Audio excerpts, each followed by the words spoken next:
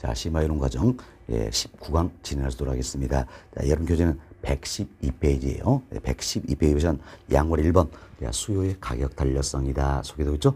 여기서부터 설명하도록 하겠습니다. 사실 저희들이 지난 시간에 탄력성에 대한 의의는 다 말씀을 드렸어요. 그런데 이번 시간부터는 구체적으로 수요의 가격 탄력성부터 설명을 좀 드리도록 하겠습니다. 자, 여기 보세요. 여기 보시면 수요의 가격 탄력성이다라는 겁니다. 항상 우리가 탄력성 이 표현하면 원인과 결과의 관계에 있다. 이걸 떠오르지 않습니다. 원인이 뭡니까? 바로 당해자와의 가격이 얼마입니까? 1% 변했을 때다라는 겁니다. 잘 보세요. 가격이 1% 변할 때입니까? 1원 변할 때입니까? 그렇죠? 1% 변했을 때다라는 겁니다. 참 당해자 가격이 1% 변했을 때 결과는 뭡니까? 당해자와의 수요량이 얼마나 변하는지 이걸 측정하는 지표가 된다. 이렇게 보시면 되겠어요. 참 가격이 1% 변했을 때 수요량이 얼마나 변하는지 이를 측정하는 지표다라는 겁니다. 참 수요량이 얼마나 변할 것인가 이걸 측정하는 지표니까 결국은 어때? 양적인 지표다 할 수 있겠죠. 참 양적 지표 이걸 가리켜서 우리가 정량적 지표다 이렇게 표현합니다. 정량적 지표다. 결국 수요의 가타성은 수요량이 얼마나 변하는지 측정한 지표니까 양적인 지표, 정량적 지표가 된다 할 수 있겠죠. 이걸 우리 점에서는 말 바꾸게 한 겁니다. 정성적 지표다. 이는 어때? 잘못된 표현이 되는 것이다. 이렇게 생각하시면 되겠어요. 네, 그리고 수요의 가타성뿐만이 아니라 앞으로 배우게 될 수요의 소득 탄력성, 수요의 교차 탄력성, 공급의 가타성 다 마찬가지예요. 수요량 또는 공급량이 얼마나 변하는지를 측정한 지표니까 모두가 어때? 모두가 양적인 지표, 정량적 지표가 되는 것이다. 이렇게 생각하시면 되겠습니다. 자, 다음 우리가 이제 수요의 가타성을 측정을 해보자는 겁니다. 그래서 탄력성 관련된 공식은 우리가 어때? 이해하고 만들어버리자 그랬어요. 외우지 말랐냐? 이해하고 만들었을 때 직접 활용을 하자는 겁니다. 항상 탄력성 계산 공식은 분자와의 관계에 있다 이 생각하시고 아래가 어때? 분모가 되어 있고 위에가 어때? 분자가 된다는 겁니다. 이분도 잘 생각나면 제가 이렇게 생각하시라 그랬죠. 엄마는 아래에 있고 아들은 위에 있다는 이야기예요. 아들이 어때? 요즘은 더 상전이다라는 이야기. 저희 또 마찬가지예요. 이놈 아들이 더 상전이에요, 상전. 그래서 하여튼 엄마 위에 아들이 있다 생각하시고 항상 탄력성은 원인과 결과의 관계에 있다 그랬죠. 자, 이제 원인은 분모값이고 결과는 어때? 분자값이다. 이렇게 생각하시면 되겠습니다. 됐습니다. 그래서 이제 엄마가 있으니까 아들이 나왔다 생각하시면 되죠. 엄마는 원인이 되고 아들은 어때? 결과물이다. 이렇게 생각하시면 되겠어요. 항상 원인은 분모값, 결과는 분자값이다. 이렇게 생각해서 여러분들이 공식을 직접 만들어 보시는 게 더 좋은 방법이에요. 그럼 자, 우리 공식을 만들어 봅시다. 원인이 뭡니까? 가격이 1% 변했을 때죠. 원인은 분모값이다. 그래서 분모값은 가격의 변화율이 된다. 이렇게 보시면 되겠어요. 사실 가격이 얼마 변했을 때 1% 변했을 때니까 당연히 어때? 가격의 변화율이 되는 것이다. 이렇게 보시면 되겠습니다. 다음 결과는 뭡니까? 수요량이 얼마나 변하는지 문제가 됐죠? 분자값이다. 그래서 분자값은 수요량의 변화율이다. 이렇게 보시면 되겠습니다. 됐습니다. 자, 그럼 우리 지금까지 이렇게 배웠어요. 가격이 상승하면 수요량은 어때? 감소한다. 가격이 하락하면 수요량은 어때? 증가한다. 라는 겁니다. 이게 수요 법칙이었지요. 근데 방향이 반대라는 이야기야. 방향이 반대니까 수요의 가타성, 이 값을 때 항상 마이너스 값이 나오게 된다. 할 수 있겠죠. 그렇지만 우리가 수요의 가타성만큼은 플러스 값으로 나타내기 위해서 일반적으로 절대값으로 많이 표현하고 있다. 그래서 앞으로 우리는 절대값으로 표현한다. 이렇게 생각하시면 되겠습니다. 사실 마이너스 값이니까 이 앞에 마이너스를 붙여서 플러스로 나타내기도 하고 아예 마이너스 때 무시한 경우도 있다. 그렇지만 우리는 절대값 기준으로 표현할 수 있도록 하겠습니다. 참 수요의 가타성은 가격의 변화에 대한 수요량의 변화율이다 할 수 있겠죠. 참 분자의 관계일 때 우리가 읽는 방법도 두 가지로 연습하자 그랬습니다. 하나는 이렇게 읽을 수 있겠죠. 수요의 가격 탄력성이란 수요량의 변화율을 가격의 변화율로 어때? 나눈 값이다. 이렇게 읽을 수 있다 그랬어요. 또 하나는 이 방법에 따르죠. 무엇의 무엇에 대한 무엇이다 이렇게 있는 방법이 따라서 일단 항상 예, 뭐가 먼저입니까? 원인 그리고 결과다. 원인 어딨습니까? 분모값이죠. 그래서 이때는 분모값을 먼저 읽고 자 분자값을 읽는다는 겁니다. 자 그럼 보세요. 수요의 가격 탄력성이란 가격의 변화율에 대한 수요량의 변화율을 말한다. 이렇게 연습되시면 되겠어요. 이분도 우리 점에서는 어때? 종종 출제합니다. 그래서 말 바꾸기를 한다는 이야기예요. 말 바꾸는데 사실은 연습이 안 되면요. 예, 모의고사나 실제에서 이런 질문 찾기가 아주 어렵다라는 겁니다. 처음부터 연습이 되지 않는다 그랬어요. 항상 분모, 분자의 관계는 공식을 우리가 두 가지로 읽는 연습을 하자 그랬죠. 자, 다시 한번 살펴봅시다. 수요의 가격 탄력성이란 수요량의 변화율을 가격의 변화율로 나눈 값이다 할 수 있겠죠. 또한 수요의 가격 탄력성이란 가격의 변화율에 대한 수요량의 변화율을 말한다. 이렇게 두 가지로 연습을 좀 해보시면 되겠습니다. 자, 이렇게 해서 저희들이 이제 수요의 가타성 의에 대해서는 다 말씀을 드렸습니다. 말씀드렸고, 다음은 우리가 수요의 가타성을 계산 한번 해볼 수 있도록 하겠습니다. 자, 여기 보세요. 자, 이 같은 사례가 있습니다. 자, A라는 부동산 가격이 5% 어때? 하락했다는 이야기야. 그럼 5% 하락했을 때, 자, 이때 A라는 부동산의 수요량은 7% 증가하더라는 겁니다. 예, 이 같은 조건을 고려해서 수요의 가격 탄력성 계산해 보자는 겁니다. 그럼 자, 여기 보세요. 자, 수요의 가격 탄력성은 어떻게 쓴답니까? 이제 가격의 변화율에 대한 수요량의 변화율이다. 다만 여기 어떻습니까? 절대값 기준이다. 이렇게 생각하시면 되겠습니다. 절대값 기준이다라는 겁니다. 그럼 자, 주어진 조건 보세요. 주어진 조건은 가격의 변화율이 얼마입니까? 5% 나와 있지요. 다음 수요량의 변화율이 얼마입니까? 7% 나와 있네요. 사실 수요의 가격성은 당해 재화를 가지고 설명하는 개념이에요. 그래서 당해 재화의 가격이 1% 변했을 때 당해 재화의 수량이 얼마나 변한지 측정 지표 되겠죠? 그래서 이제 가격 변을 수량 변이 다 나와 있다는 이야기. 나와 있으면 그대로 대입만 하시면 되겠습니다. 자, 가격 변화율 얼마입니까? 가격 변화율 5%다 할 수 있겠죠? 5% 하락이다. 이때 수량의 변화율 얼마입니까? 7% 증가다 할 수 있겠습니다. 여기에 절대값이에요. 여기 절대값인가? 사실 방향성은 의미가 없어요. 그렇지만 우리 항상 방향성 표기하는 연습을 하지 않는 이야기예요. 아차는 방향성 표기 안에서 틀려버린 경우가 있습니다. 출제가 이걸 노리는 거예요. 그렇죠? 우리가 거기에 당하지 않기 위해서는, 실수하지 않기 위해서는 반드시 방향성 표기하는 연습을 하셔야 된다는 겁니다. 여튼 여기서는 절대값 기니까 방향성 의미가 있고 5분의 7이니까 얼마가 됩니까? 1.4가 되겠다는 겁니다. 자, 7 나누기 5 해보시면 되겠죠. 자, 계산기 항상 준비하셔야 겠습니다. 7 나누기 5 해보시면 얼마입니까? 1.4가 나온다. 이렇게 보시면 되겠어요. 그래서 주어진 조건을 고려해서 계산한 수의 가타성은 얼마입니까? 1.4가 된다. 이렇게 보시면 되겠습니다. 그럼 이때 수요의 가타성이 1.4라는 의미도 어때? 이해할 수 있어야 되겠습니다. 자, 그럼 우리가 이런 생각을 해봅시다. 여기 보세요. 수요의 가격 탄력성은 가격의 변화율에 대한 수요량의 변화율이다. 다만 절대값 기준이다 할 수 있겠죠. 이 값이 1.4라는 이야기예요. 그럼 이는 어떤 의미가 있을 것인가? 이걸 이해하시면 되겠는데, 자 보세요. 여기서는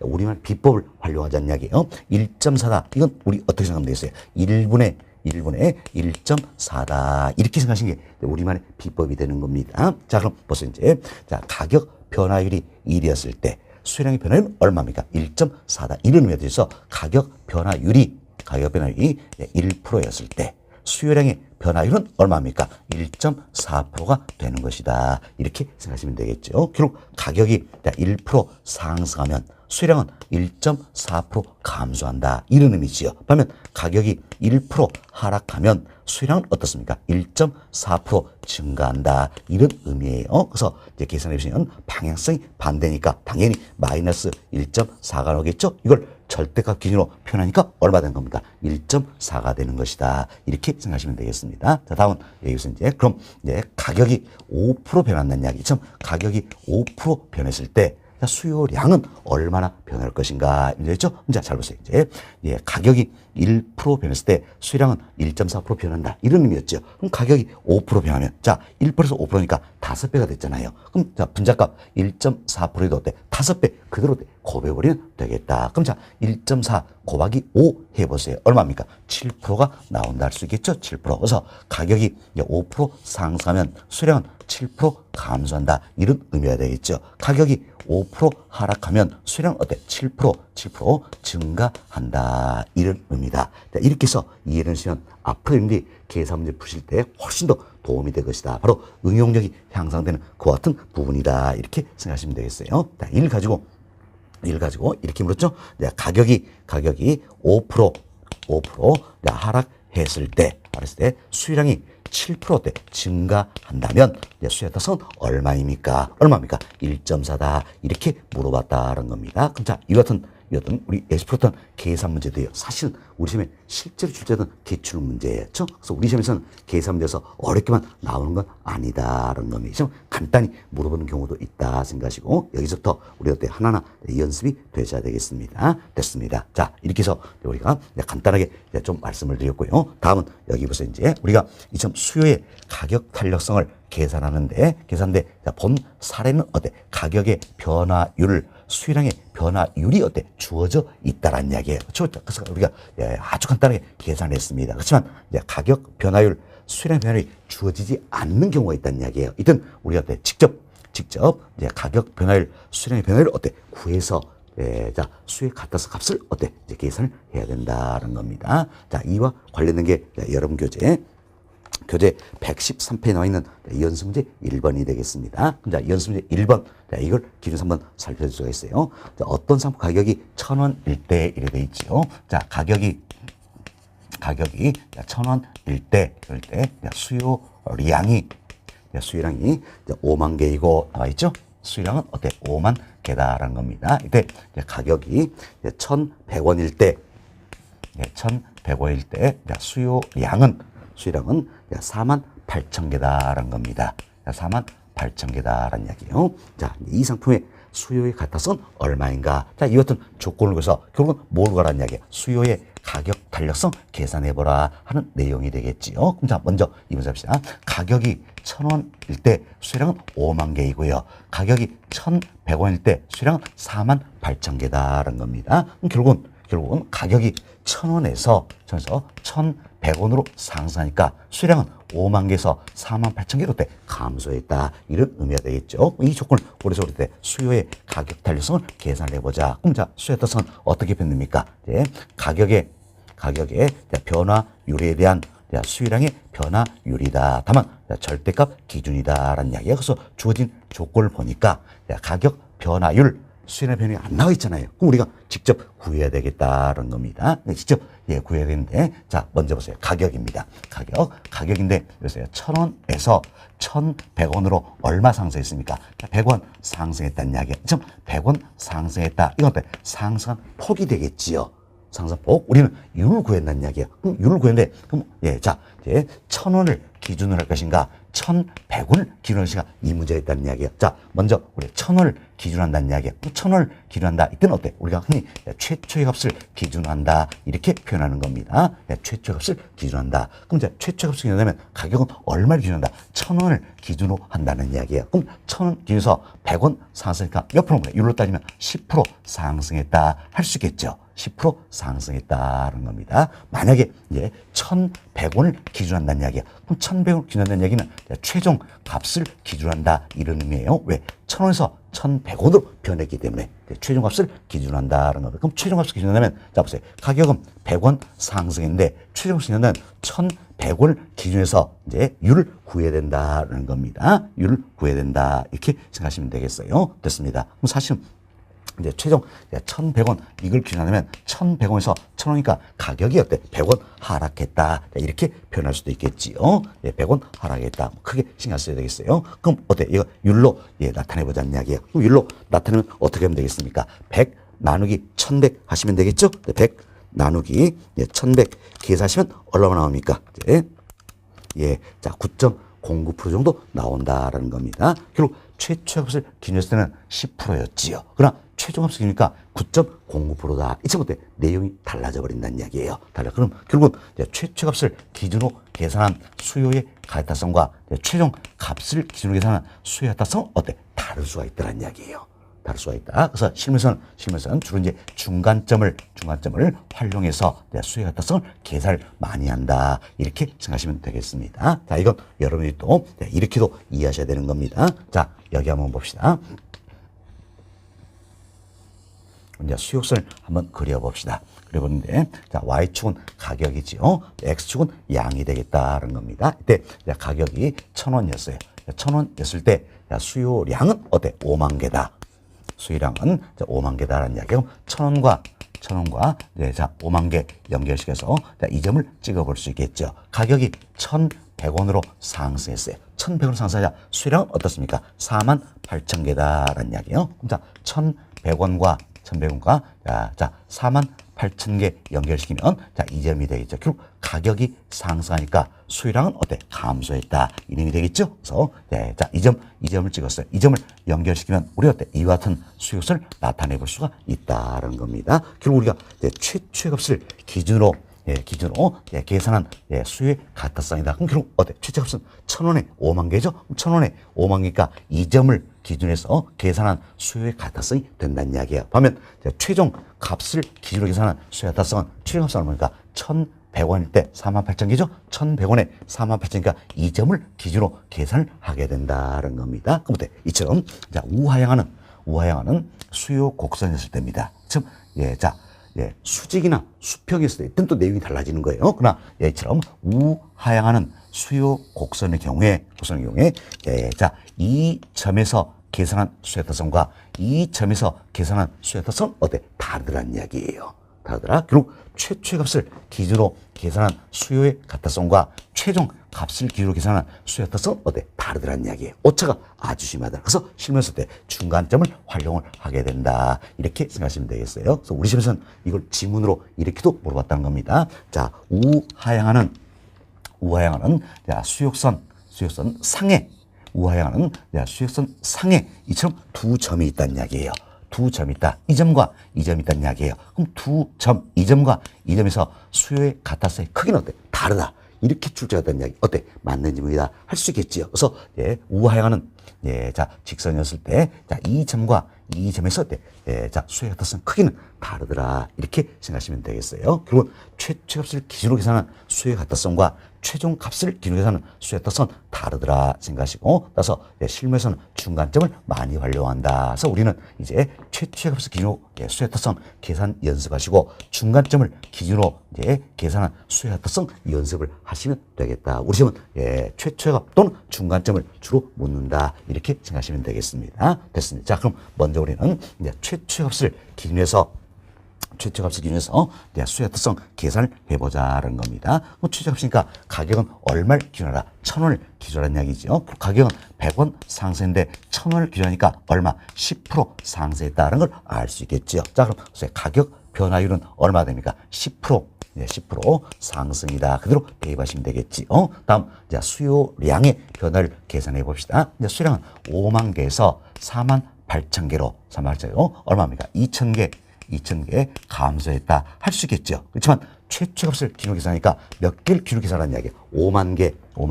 자, 이걸 기준으로 계산하라. 이렇게 생각하시면 되겠습니다. 자, 그럼 5만 개 기준으로 2,000개 감소했다는 이야기야. 그럼 이걸 율로 나타내보자. 그럼 율로 나타낼 때는 어떻게 하면 되겠어요? 2,000 나누기 5만 하면 되겠죠. 계산해보세요. 2,000 나누기 5만 계산하시면 얼마 나옵니까? 4% 나오죠? 4%. 결국 수요량은 4% 감소했다. 이 사실 알 수 있다라는 겁니다. 알 수 있다. 따라서 수요량의 변화율은 얼마입니까? 그대로 대입합시다. 4% 감소다. 할 수 있겠죠. 여기에 절대값이다. 절대값이니까 방향성은 의미가 없다라는. 그러나 항상 방향성 표기에서는 연습을 하자 그랬습니다. 기록 10분의 4니까 얼마입니까? 0.4다는 걸 알 수 있겠지요. 그래서 우리가 주어진 조건을 고려해서 최초의 값을 기준으로 계산한 수요의 가타성은 얼마가 되는 겁니까? 0.4가 되는 것이다. 이렇게 생각하시면 되겠습니다. 자, 이렇게 해서 우리는 이제 연습 문제 1번 다 풀어드렸습니다. 네, 최초의 값을 기준으로 계산 수의 합탁성은 얼마입니까? 0.4다. 답은 몇 번이에요? 1번 0.4다. 이렇게 보시면 되겠죠. 자, 다음 페이지 넘겨봅시다. 네, 114페이지 보세요. 연습문제 2번입니다. 연습문제 2번은 우리 시험에 출제된 문제를 약간 변형시켜 놨는데, 연습 2번은 그것도 이제 중간점을 기준으로 계산한 수의 합탁성, 이걸 구해보자라는 겁니다. 조금 전에 말씀드렸잖아. 최초의 값을 기준으로 계산한 수의 합탁성과 최종 값을 기준으로 계산한 수의 합탁성, 여기는 오차시 맞죠? 그래서 시험에서는 중간점을 많이 활용한다. 그래서 중간점을 기준해서 우리가 수의 합탁성을 측정을 해보자라는 게 연습문제 2번이에요. 자, 그럼 연습문제 2번 봅시다. 다음의 조건을 고려할 경우 수의 합탁성은 얼마인가? 단 절대값으로 계산한 탄력성으로서 탄력성 계산 시 기준 가격과 수량은 중간점으로 한다. 그리고 중간점을 기준하라. 그 이야기죠. 자, 그럼 이제 주어진 조건 한번 봅시다. 그러면 사무실에 월 임대료가 나와 있죠. 자, 이 보세요. 이제 자, 임대료가 자, 9만 원에서 11만 원 상승할 때, 자, 9만 원에서 11만 원으로 상승했다는 겁니다. 이때 사무실 수요량이 수요량이 108제곱미터에서 92제곱미터로 감소했다는 이야기야. 92제곱미터로 감소했다는 겁니다. 이때 수요의 합탁성은 얼마인가? 그럼 뭘 구하라는 이야기야? 자, 수요의 가격, 탄력성, 자, 이걸 구하라. 그 이야기지. 구하라. 그럼 자, 수요의 합탁성은 어떻게 계산되는 겁니까? 자, 가격의 변화율에 대한 수요량의 변화율이다. 다만 절대값 기준이다. 이렇게 생각하시면 되겠어요. 그럼 자, 주어진 조건을 봅시다. 조건이니까 가격 변화율, 수요량의 변화율이 안 나와 있죠? 우리가 가격 변화율, 수요량의 변화율을 직접 구해야 된다라고 보시면 되겠어요. 먼저 가격 변화율부터 찾아보자라는 겁니다. 자, 준영 보세요. 월 임대료가 나와 있죠? 그럼 임대료면 이걸 가격으로 생각하시면 되겠지요. 그리고 가격은 9만 원에서 11만 원으로 상승했다 할 수 있겠죠. 그래서 수요량은 108제곱미터에서 92제곱미터로 감소했네요. 결국 가격이 상승가 수요량 감소했다. 그 이야기지요. 그럼 자, 보세요. 이제 이때 가격 변을 구하자는 이야기야. 자, 9만 원에서 11만 원으로 얼마입니까? 2만 원 상승했다 할 수 있겠죠. 이건 상승 폭이고 우리 뭘 구해야 됩니까? 율을 구해야 된다는 이야기야. 그럼 율 구하는데 뭘 기준으로 하라? 중간점을 기준으로 하라. 그 이야기예요. 그럼 중간점 기준하는 이야기는 9만 원과 11만 원의 중간, 이걸 기준하냐. 만약에 최초의 값을 기준한다면 9만 원을 기준해서 2만 원 상승했다 해서 율을 계산하면 되겠죠? 그렇지만 우리 이제 중간점을 기준했으니까 9만 원과 11만 원의 중간이다. 이렇게 생각하시면 되겠어요. 자, 9만 원과 11만 원의 중간은 얼마입니까? 10만 원이죠. 결국 10만 원을 기준으로 하라. 그 이야기예요. 이게 잘 생각한다면 단순히 이 둘을 더합니다.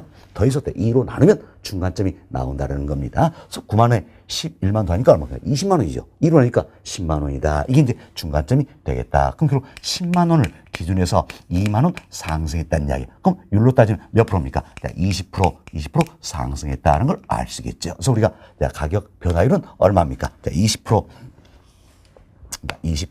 상승이다. 이걸 찾았습니다. 가격 변화율은 20% 상승이다라는 겁니다. 다음은 수요량의 변화율 찾아보자라는 이야기예요. 수요량은 108제곱미터에서 92제곱미터로 감소했죠. 얼마 감소했습니까?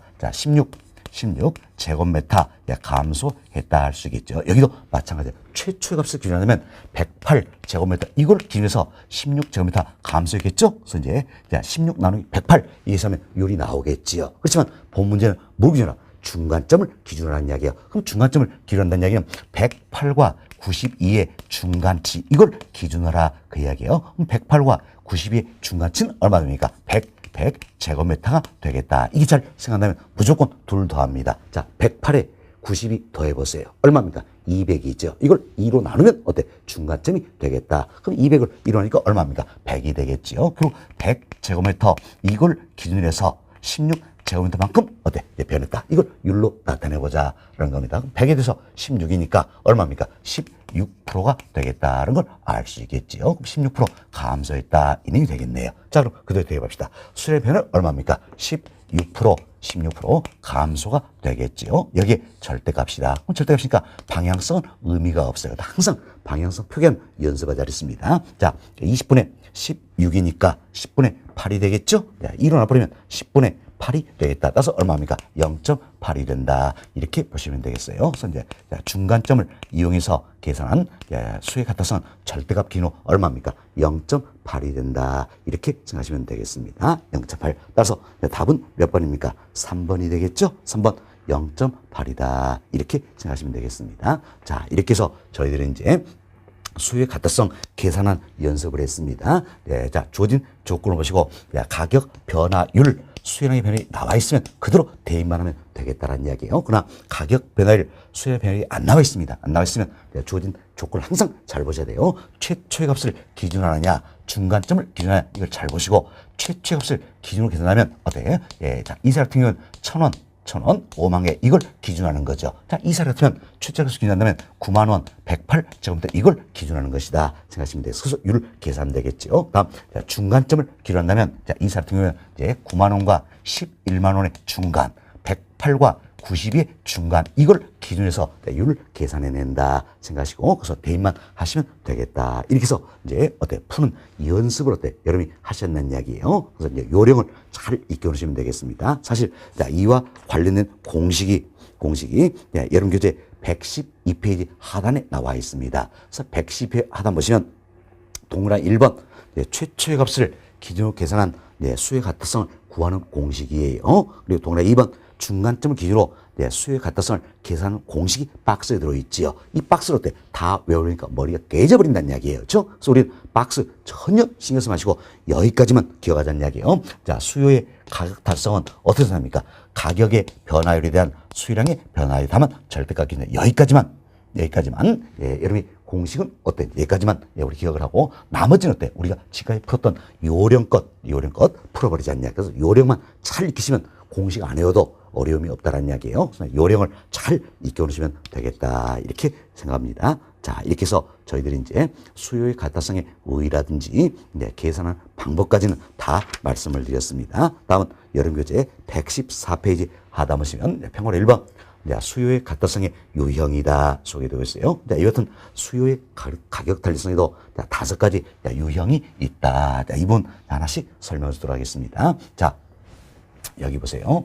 수요의 가격 탄력성에도 5가지 유형이 있다는 겁니다. 5가지 유형인데, 자, 이는 항상 이미 탄력성은 원인과 결과의 관계에 있지요. 원인이 뭡니까? 가격의 변화율이다. 결과는 뭡니까? 수요량의 변화율이다. 이걸 비교한다. 이렇게 생각하시면 되겠습니다. 그래서 가격 변화율과 수요량의 변화율 비교한다. 이렇게 보시면 되겠습니다. 그럼 먼저 우리가 항상 원인과 결과가 있으니까 뭐가 먼저 합니까? 원인이 먼저 나온다는 이야기예요. 그래서 가격 변화율과 수요량의 변화율 이걸 비교하는 것이다. 이렇게 보시면 돼서 먼저 가격 변화율과 수요량의 변화율이 같은 경우가 있겠죠. 가격 변화, 수요량의 변화율이 같은 경우가 있다는 겁니다. 자, 그럼 여기 보세요.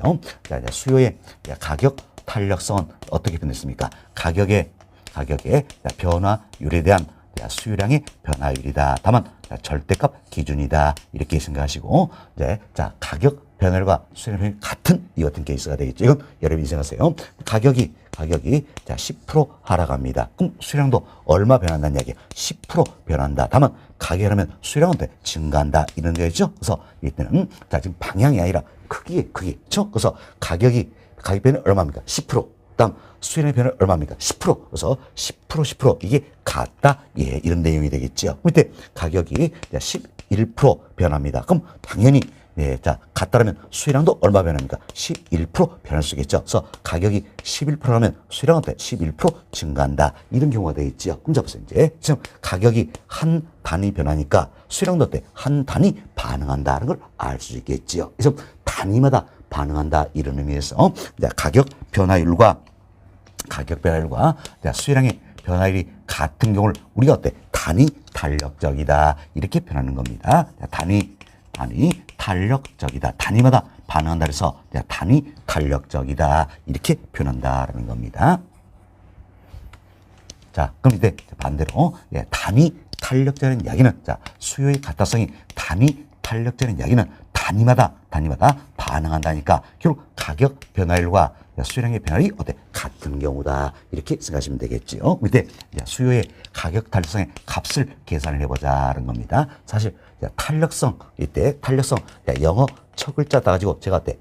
이렇게 표현했습니다. 하나 전혀 신경 쓸 필요 없어요. 우리 시험은 수요의 가격 탄력성 한글로 다 나오는 겁니다. 신경 쓰지 마시고 보세요. 단위 탄력성 경우에는 자 여기는 가격 변화율과 수요량의 변화율 이 둘이 어때? 똑같잖아요. 둘이 똑같으면 절대값 P는 얼마 됩니까? 1이 되겠다. 그래서 단위 탄력적 경우 수요의 같아서 값은 1이 되겠다는 겁니다. 그리고 여튼 단위 탄력적 때 수요선은 직각 쌍곡선의 모습으로 나타나는 겁니다. 하지만 단위 탄력 경우 수요선의 모습이 직각 쌍곡선이다. 이것만큼은 중요성이 어때?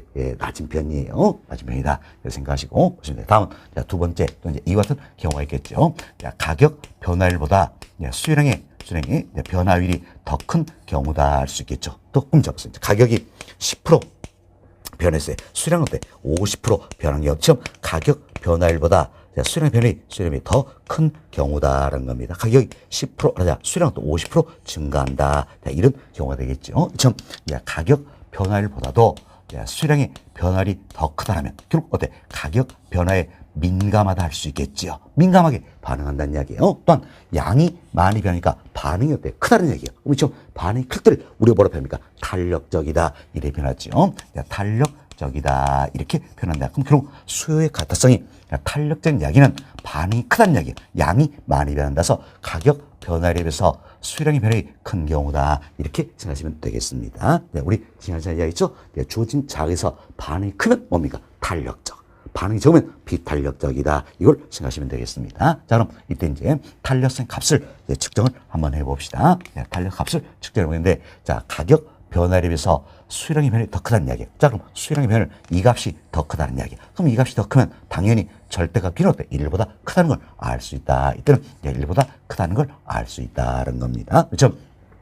탄력적일 때 수요선은 어떤 모습일 것인가 봅시다. 그럼 탄력질수록 반응이 크다. 양이 많이 변하니까 기울기 형성은 급해집니까? 완만해집니까? 그렇죠? 완만해진다. 이 사실 알 수 있다는 겁니다. 완만해진다. 거죠. 다음은 이제 세 번째 케이스입니다.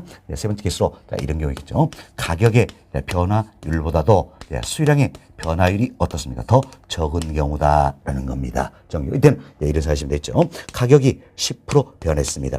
수요량은 5% 변하더라 그 이야기예요. 그래서 가격 변화율 10%, 수요량 변화율 5%. 자, 이점 더 적더란 얘기에서 가격이 10% 하락했을 때 수요량은 5% 증가한다. 이런 의미가 되겠지요. 그렇습니다. 이점 가격 변화에 비해서 수요량의 변화율이 더 적다라면 가격 변화에 어떻습니까? 민감하지 못하다, 즉 둔감하다 할 수 있겠지요. 자, 또한 양이 적게 변하니까 반응이 적다라고 할 수 있겠죠. 좀 반응이 적으면 우리가 뭐라 합니까? 비탄력적이다 표현할 수 있겠죠. 이때는 수요의 같다성이 비탄력적이다 이렇게 표현할 수 있겠지요. 좀 수요의 같다성이 비탄력적인 이야기는 반응이 적다라는 이야기여서 양이 적게 변한다. 가격 변화에 비해서 수요량의 변화이 더 적은 경우다. 이렇게 생각하시면 되겠습니다. 그럼 이때 수요의 같다성의 값을 찾아봅시다. 자, 가격 변화를 여기에 비해서 수요량의 변화를 이 값이 더 적다는 이야기. 그럼 자, 이 값이 더 적다는 이야기는 절대값 Q는 어때? 당연히 1보다 적다는 걸 알 수 있겠죠. 이때는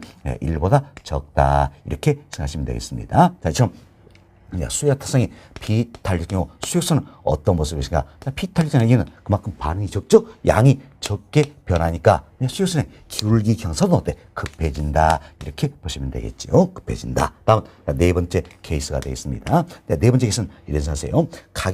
가격이 10% 변하자 수요량은 어때? 무한대로 변해버린 이 같은 경우란 얘기. 물론 현실적으로 찾아보기 어렵습니다. 그렇지만 살펴봅시다. 가격이 10% 변하자 수요량은 어때? 무한대로 변해버린다라는 겁니다. 그럼 자 보세요. 가격이 10% 하락하면 수요량은 어때? 무한대로 증가한다. 이런 케이스가 되겠죠. 그럼 이때는 가격이 조금만 하락해도 수요량은 어때? 무한대로 늘어버린다는 이야기예요. 자, 그럼 여기 봅시다. 이제 가격이 이처럼 조금만 하락한다 해도 수요량은 어때? 무한대로 늘어버린다는 이야기예요. 그럼 어떤 모습입니까? 수평의 모습이 되겠다 할 수 있겠죠. 수평의 모습이다라는 이야기예요. 그래서 Y축 가격이죠. 가격에 딱 달라붙어 있다 이런 의미에서 이 같은 경우를 경제학에서는 가격의 변화율이 어때? 0인 경우다 이렇게 이야기하는 겁니다. 그렇죠? 가격 변화율이 가격 변화율이 0이란 이야기는 어때? 예, 자, 가격이 조금만 하더라도 수량은 무한대로 늘어버린다는 이야기예요. 조금 더 우리 이제 수량이 많이 변한다는 이야기. 양이 많이 변하면 반응이 크다서 탄력적이다. 이런 표현이 있죠. 이젠 무한대로 변해버린다는 이야기예요. 어마어마하게 한다. 반응이 어마어마하게 크다서 이들 우리가 뭡니까? 완전 탄력적이다. 이렇게 표현하는 거죠. 이들 완전 탄력적이다. 이렇게 표현한다는 이야기. 결국 완전 탄력적인 이야기는 반응이 어마어마하게 크다는 이야기. 결국 수량이 무한대로 변해버리기 때문에 가격 변화율이 얼마인 경우입니까? 0인 경우가 되겠다는 겁니다. 이때 수요의 가타성의 값을 측정을 해보자는 겁니다. 그럼 잡아서 이제 가격 변화율 분모 이 값이 0이라는 이야기야. 이 값이 0이면 전체 값은 얼마 됩니까? 무한대가 된다는 겁니다. 무한대가 된다. 이렇게 보시면 되겠어요. 아니면 우리가 이제 시험용으로 수요량이 무한대로 변하기 때문에 이 전체 값을 때 무한대다 이렇게 시험용으로 생각하셔도 좋겠습니다. 그렇습니다. 자, 그럼 이때 수역선은 어떤 모습입니까? 수평의 모습이 되는 것이다. 이렇게 보시면 되겠지요. 다음 5번째 케이스입니다. 5번째 케이스는 가격이 이처럼 10% 변했어요. 그럼 그리고 수요량은 전혀 변하지 않더라는 이야기예요. 그럼 가격이 10% 하라 그러고 수요량은 전혀 변하지 않더라는 겁니다. 결국 수요량의 변화율이 어때? 0인 경우다 할 수 있겠죠. 수요량의 변화율이 0이다. 물론 이분도 현실적으로 찾아보긴 어렵습니다. 그러나 살펴봅시다. 수요량의 변화율이 0이 오다. 그럼 잡보세요. 우리가 조금 전에 수요량의 변화율이 더 적더라. 양이 적게 변하면 반응이 적다서 어때? 비탄력적 변했죠? 이때는 수요량이 전혀 변화 없다. 반응이 전혀 없다는 이야기예요. 그럼 반응이 전혀 없다 해서 뭐로 표현합니까? 자, 반응이 적으면 비탄력적. 반응이 전혀 없다 해서 완전 비탄력적이다. 이렇게 표현한다는 이야기예요. 이때는 완전 비탄력적이다라고 표현합니다. 그럼 잡으세요. 완전 비탄력적인 이야기는 반응이 전혀 없다는 이야기에서 수요량의 변화율이 얼마가 되는 겁니까? 0인 경우가 된다. 이렇게 생각하시면 되겠습니다. 이때 수요의 가격 탄력성의 값을 찾아보자. 수요량의 변화율 이 값이 0이기 때문에 전체 값은 얼마 됩니까? 0이 된다 할 수 있겠죠. 이때 수요값은 어떤 모습입니까? 수직의 모습이 된다. 자, 수요량의 변화율이 0이라는 이야기예요. 그럼 수요량의 변화율이라는 이야기는 수요량이 어때? 고정이 되어 있다. 가격이 얼마든지 관계없이 수요량 항상 이 값으로 똑같다는 이야기야. 그럼 어때? 수직의 이 같은 모습이 되는 것이다. 이렇게 보시면 되겠습니다. 자, 이처럼 수요의 가타성 유형도 5가지가 있다는 겁니다. 무엇입니까? 단위 탄력적, 비탄력적, 완전 탄력적, 완전 비탄력적 5가지 유형이 있다 생각하시고 탄력성의 값의 범위는 여기서부터 어디까지예요? 자, 0에서부터 무한대 사이에 존재한다. 이 사실 알 수 있다는 겁니다. 수요의 가격 탄력성의 값의 범위는 0에서부터 1을 지나서 무한대 사이에 존재한다는 겁니다. 이때 수요의 가탄성 값이 1이라는 이야기는 어떤 의미예요? 자, 가격 변화율과 수요량의 변화율이 같다는 이야기죠. 우리 물론 절대값 기준이에요. 가격 변화율과 수요량의 변화율이 같은 경우다. 이때 우리가 뭡니까? 가격 변화율과 수요량의 같은 경우는 어떻게 단위 탄력적이다. 변하죠. 이때 수요선은 직각 쌍곡선의 모습으로 나타난다. 그러나 이것만큼 중요성이 낮다 그랬습니다. 다음 수요 가타성의 값이 절대값 기준으로 1보다 크다는 이야기예요. 1보다 크다는 얘기는 가격 변화율과 수요량 변화율 어디가 크다는 이야기야? 수요량의 변화율이 더 크다는 이야기지. 그래서 가격 변화율보다도 수요량의 변화율이 더 크다. 이렇게 생각하시면 되겠습니다. 그럼 자, 수요량의 변화율이 크다는 이야기는 양이 어때? 많이 변한다. 반응이 크다는 이야기죠. 이들 우리가 뭡니까? 탄력적이다. 이렇게 변하지요. 그렇죠? 탄력적일수록 반응이 크다. 양이 많이 변하니까 기울기 경사도는 어때? 완만해진다라는 겁니다. 다음 수요 타성이 무한대예요. 수요 타성이 무한대라는 얘기는 결국 때 가격 변화율 이 값이 0인 경우다 할 수 있겠죠. 그래서 가격의 변화율이 어때? 0인 경우가 된다는 겁니다. 이때 우리가 뭡니까? 완전 탄력적이다 표현하죠. 사실 가격 변화율이 0이라는 이야기는 수평이 못 쓰죠. 그래서 가격이 조금만 아래도 수량은 무한대로 늘어버린다. 그래서 어마어마하게 반응이 어마어마하게 크다서 완전 탄력적. 이때는 수요선은 어떤 모습이에요? 수평의 모습이 되는 것이다. 이렇게 보시면 되겠습니다. 다음 수요의 가격 탄력 값이 절대값 기준으로 1보다 작다는 이야기예요. 그럼 1보다 작다는 이야기는 결국 가격 변화율에 비해서 수요량의 변화율이 더 적다 이런 의미죠. 가격 변화율에 비해서 수요량의 변화율이 어때? 더 적다. 이렇게 보시면 되겠어요. 그럼 자, 수요량의 변화율이 적다는 이야기는 양이 적게 변하다, 반응이 적다는 이야기죠. 이들 우리가 뭡니까? 비탄력적이다 변하겠죠. 그리고 비탄력적 경우는 반응이 적다, 양이 적게 변하니까 수역선의 기울기원선은 어때? 급해진다라는 겁니다. 다음 수의 가타성 값이 0이에요. 0이라는 얘기는 수요량의 변화를 이 값이 0 경우다 할 수 있겠죠. 그래서 수요량의 변화율이 0인 경우다 이렇게 생각하시면 되겠습니다. 자, 이들 뭐로 표현합니까? 자, 수요량의 변화율이 0이라는 이야기는 전혀 변화가 없다는 이야기죠. 양의 변화가 전혀 없다, 반응이 전혀 없다 해서 이때는 뭡니까? 완전 비탄력적이다 이래 변하죠. 이때는 수요선은 어떤 모습이에요? 수직의 모습으로 나타나는 것이다 이렇게 생각하시면 되겠습니다. 그래서 이제 자, 수요의 가타성에도 5가지가 있다 생각하시고 한 번 더 정리를 해드렸습니다. 우리가 이처럼 이제 수요의 가타성을 배우는 이유가 있는 겁니다. 뭐 때문에 배웁니까? 바로 이재화의 수요가 가격에 대해서 탄력적이냐 비탄력, 이걸 판단하기 위함이라는 이야기예요. 탄력적, 비탄력적 구분한 기준은 얼마 되겠습니까? 얼마입니까? 1이에요. 1. 탄력적, 비탄력적 구분한 기준은 얼마입니까? 1이 되는 것이다. 이렇게 생각하시면 되겠어요. 1이 돼서 1보다 크다라면 자, 이제와 수요는 가격에 대해서 어때? 탄력적이다 표현할 수 있겠죠. 자, 1보다 적다라면 자, 절대값 기준 1보다 적다라면 이제와 수요는 가격에 대해서 어때? 비탄력적이다 표현할 수가 있다는 겁니다. 그래서 우리가 수요의 가타성 일통해서 이제와의 수요가 가격에 대해서 탄력적이냐 비탄력적이냐 판단할 수 있다. 구분하는 기준 얼마입니까? 1이라고 했습니다. 1보 크면 탄력적, 1보 작으면 비탄력적이 된다. 이렇게 잘 이해하시면 되겠습니다. 자, 이렇게 해서 저희들이 이제 편고로 1번에 나와 있는 수요의 가타성의 유형이다. 이분도 설명 다 드렸습니다. 다 드렸고, 다음은 편고로 2번 내용입니다. 자, 편고로 2번은 수요의 가격 탄력성과 기울기다. 이렇게 나와 있는데, 자, 여기 보세요. 자, 이번은 우리가 이렇게 이해를 한번 해봅시다. 자, 여기 봅시다.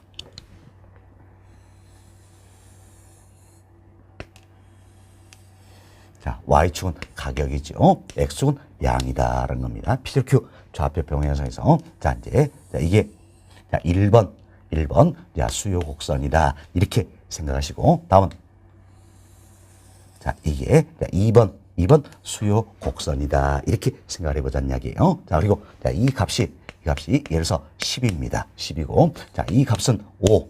자, 이 값은 어때? 10이다. 이렇게 우리가 가정을 한번 해봅시다. 가정하고, 자, 1번, 자, 수요 곡선과 자, 2번 수요선 비교를 해보자는 이야기예요. 비교를 하면 자, 상대적인 비교입니다. 자, 1번 수요선, 2번 수요선 상대적으로 비교했을 때, 자, 1번 수요선의 어때? 기울기 경사도가 2번 수요선에 비해서는 어때? 급하다는 이야기예요. 그럼 기울기 경사도가 급하면 뭡니까?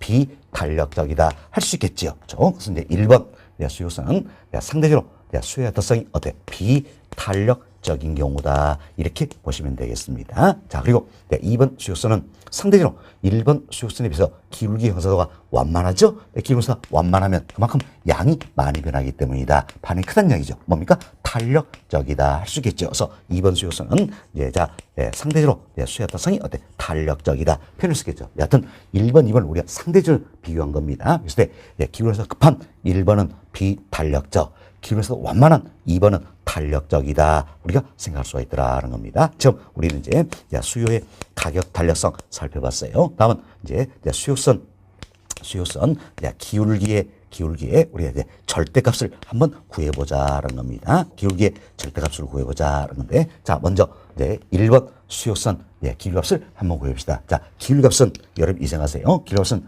1번 수요선 기준입니다. 1번 수요선의 기울기값은 이 값에 대한 이 값이다. 이렇게 생각하시면 되겠어요. 자, 방향을 잘 보세요. 1번 수요선 기울기값은 어떻게 합니까? 이 값에 대한 이 값이다라고 보시면 돼요. 자, 그럼 1번 계산해 봅시다. 자, 보세요. 이 값에 대한 이분이 분모값이에요. 분모값이, 자, 잘 보세요. 잘 보세요. 여기서 출발해서 이렇게 가는 겁니다. 그렇죠? 여기 출발해서 이렇게 가니까 결국 어때? 마이너스 5가 된다. 이렇게 보시면 되겠어요. 자, 잘 보세요. 자, 여기에서 출발해서 이렇게 가니까 마이너스다. 할 수 있겠죠. 다음은 분자값은 이 값이 되겠죠. 이 값은 여기서 출발해서 이렇게 가니까 당연히 플러스가 되겠죠. 그래서 플러스 10이다라는 겁니다. 자, 여기에 절대값 기준이다. 수의 가타성 이것만큼은 기울기 값도 절대값 기준이에요. 이제 절대값 기준하면 얼마가 됩니까? 이제 자, 마이너스 응압죠? 5분의 10이니까 2가 되겠다. 그래서 이제 자, 1번 수직선에 주어진 조건만 봤을 때 기울기의 절대값은 얼마가 됩니까? 2가 되겠다라는 겁니다. 다음 자, 2번 수직선의 기울기의 절대값을 한번 계산해 보자라는 겁니다. 자, 2번 수직선의 기울기의 절대값 계산인데, 자, 2번 수직선의 기울기값은 어떻게 갑니까? 당연히 자, 이 값에 자, 이게 이제 2번 수직선이 되겠죠? 따라서 이 값에 대한 이 값은 이 값이다. 이렇게 생각하시면 되겠어요. 자, 이 값은 얼마입니까? 이제 10인데, 자, 보세요. 여기 출발했죠? 여기 출발해서 이렇게 가니까 얼마가 된 겁니까? 마이너스 10이 된다는 겁니다. 방향을 잡으세요. 여기 출발해서 이렇게 갔잖아요. 그죠? 마이너스 10이 되는 것이다라는 겁니다. 다음, 이제 분자값은 이 값이 되겠죠? 여기 출발해서 이렇게 가니까 당연히 플러스 10이 되겠다. 이게 절대값 기준이니까 얼마입니까? 1이 되겠다. 그래서 이제 주어진 조건을 봤을 때, 자, 2번 수직선의 기울기의 절대값은 얼마입니까? 1이 되겠다는 겁니다. 그럼 우리가 이 내용을 통해서 이 사실 알 수 있겠죠. 자, 여기 보세요. 자, 수요의 가격 탄력성이 탄력적일수록 기울기 경사도 어때? 완만해진다는 이야기야. 완만해지니까 기울기의 절대값은 어때? 절대값 상대적으로 더 적다라는 이야기예요. 적다. 그리고 보세요. 수요의 특성이 비탄력적일수록 비탈수록 어때? 기울기 경사도는 어때? 급해진다는 이야기. 참 기울기 경사가 급해지기 때문에 수직선의 기울기의 절대값은 어때? 이처럼 커진다라는 걸 알 수 있다는 이야기예요. 따라서 탄력적일수록 자, 기울기의 절대값은 작아지고 비탄력일수록 기울기의 절대값은 커진다. 그래서 탄력성과 기울기의 절대값 사이는 어떤 관계가 있습니까? 반비례 관계가 있다. 이렇게 보시면 돼요. 사실 탄력적일수록 참 탄력성의 값은 어떻습니까? 커진다는 거지요. 탄력적일수록 탄력성의 값은 커져요. 탄력성의 값은 커짐에 불구하고 기울기의 절대값은 적어지니까 당연히 반비례 관계에 있다. 이렇게 보시면 되겠습니다. 됐습니다. 그래서 이분은 우리가 이런 생각을 해봅시다. 탄력적일수록 자, 수직선의 기울기의 절대값은 적어진다. 이런 의미에서 탄저. 다음 비탄력적일수록 수직선의 기울기 절대값은 커진다는 이야기에서 비고다. 이렇게 해서 자, 이렇게 해서 네 글자로 외워버리자는 이야기예요. 외워버리자. 굉장히 이게 앞으로 활용도가 높은 부분입니다. 어떻게 외우자? 자, 탄저 비고다 생각하시면 되겠어요. 탄저비다. 탄력될수록 적게 비탄력일수록 어때? 많이다. 이렇게 생각하시면서 탄력적일수록 수직선의 기울기의 절대값은 적어지고 비탄력질수록 수직선의 기울기 절대값은 커진다는 이야기예요. 이건 탄접이고 이 원리는 어떤지 탄력성과 수요의 가격 탄력성, 그리고 또 앞으로 배우게 될 공급에 따라서 다 마찬가지예요. 탄력성과 가격과의 관계에서 성립된 논리에서 탄력성과 가격과의 관계가 만나면 무조건 탄접이고다. 이걸 생각하시면 되겠습니다. 사실 우리가 수직선의 기울기의 절대값을 계산할 때 Y축이 뭡니까? 가격이죠? 이게 들어가 있잖아요. 그렇죠? 그래서 이제 항상 탄력성과 가격과의 관계다 나오면 우리는 뭘 떠올린다? 탄접이고 네 글자 떠올리면 어때? 이제 자, 많은 짐을 우리가 풀어낼 수 있다라는 겁니다. 이게 또 우리 안에 비법이에요. 그래서 네 글자 기억합시다. 어떻게? 탄접이고다. 참 탄접이고 이건 뭡니까? 탄력성과 가격과의 관계에서 성립된 논리다. 탄력성과 가격과의 관계에서 성립된 논리다. 자, 탄력성과 양이 아니에요. 양이 아니라 탄력성과 가격과의 관계에서 성립된 논리다. 이렇게 생각하시고 탄력성과 가격과의 관계만 하면 우리 항상 못 돌린다. 탄저비고다라는 겁니다. 그래서 수직선의 기울기의 절대값 이분도 어때? 가격과 관계 있으니까 탄저비고다. 그래서 탄력적일수록 수직선의 기울기의 절대값은 적어지고 비탄력질수록 수직선의 기울기의 절대값은 커진다. 이렇게 생각하시면 되겠어요. 결국은 기울기의 값이 적을수록 어때? 자, 탄력적이 되는 것이다. 이렇게 생각하시면 되겠습니다. 됐습니다. 자, 이제 이 내용이 이제 편고로 2번 여름교재 115페이지 편고로 2번에 나와 있는 내용이다 생각하시고, 자, 이번 조금 까다로운 부분이지요. 그래서 교재 한번 살펴봅시다. 첫 번째, 수요의 가타성이 탄력적일수록 네, 수직선의 기울기 또는 경사도는 어때? 네, 완만해지는 거죠. 탄력도일수록 완만해진다는 이야기예요. 완만해지므로 네, 수직선의 기울기의 절대값은 어떻습니까? 작아진다라는 겁니다. 다음, 예, 자, 수의 가타성이 비탄력적일수록 수직선의 기울기 또는 경사도는 어때? 급해진다는 이야기예요. 급해짐으로 수직선의 기울기의 절대값은 어때? 커진다라는 겁니다. 커진다. 따라서 수의 가타성과 수직선의 기울기 절대값 사이는 어떠하게 반비례 관계가 반비례 관계가 성립된다. 이렇게 생각하시고 이제 여튼 탄력성과 가격과의 관계만 나오면 우리는 항상 못 돌린다. 탄저 비고다. 이렇게 생각하시면 되겠습니다. 됐습니다. 자, 이렇게 해서 저희들이 이번 시간에는 수요의 가타성의 오이라든지 수요의 가타성을 계산하는 방법, 그리고 수요의 가타성의 유형, 다음 수요의 가타성과 기울기, 여기까지 말씀을 드렸습니다. 다음 시간에는 평월 3번 수요의 가타성에 영향을 준 요인, 여기서부터 계속 설명드리도록 하겠습니다.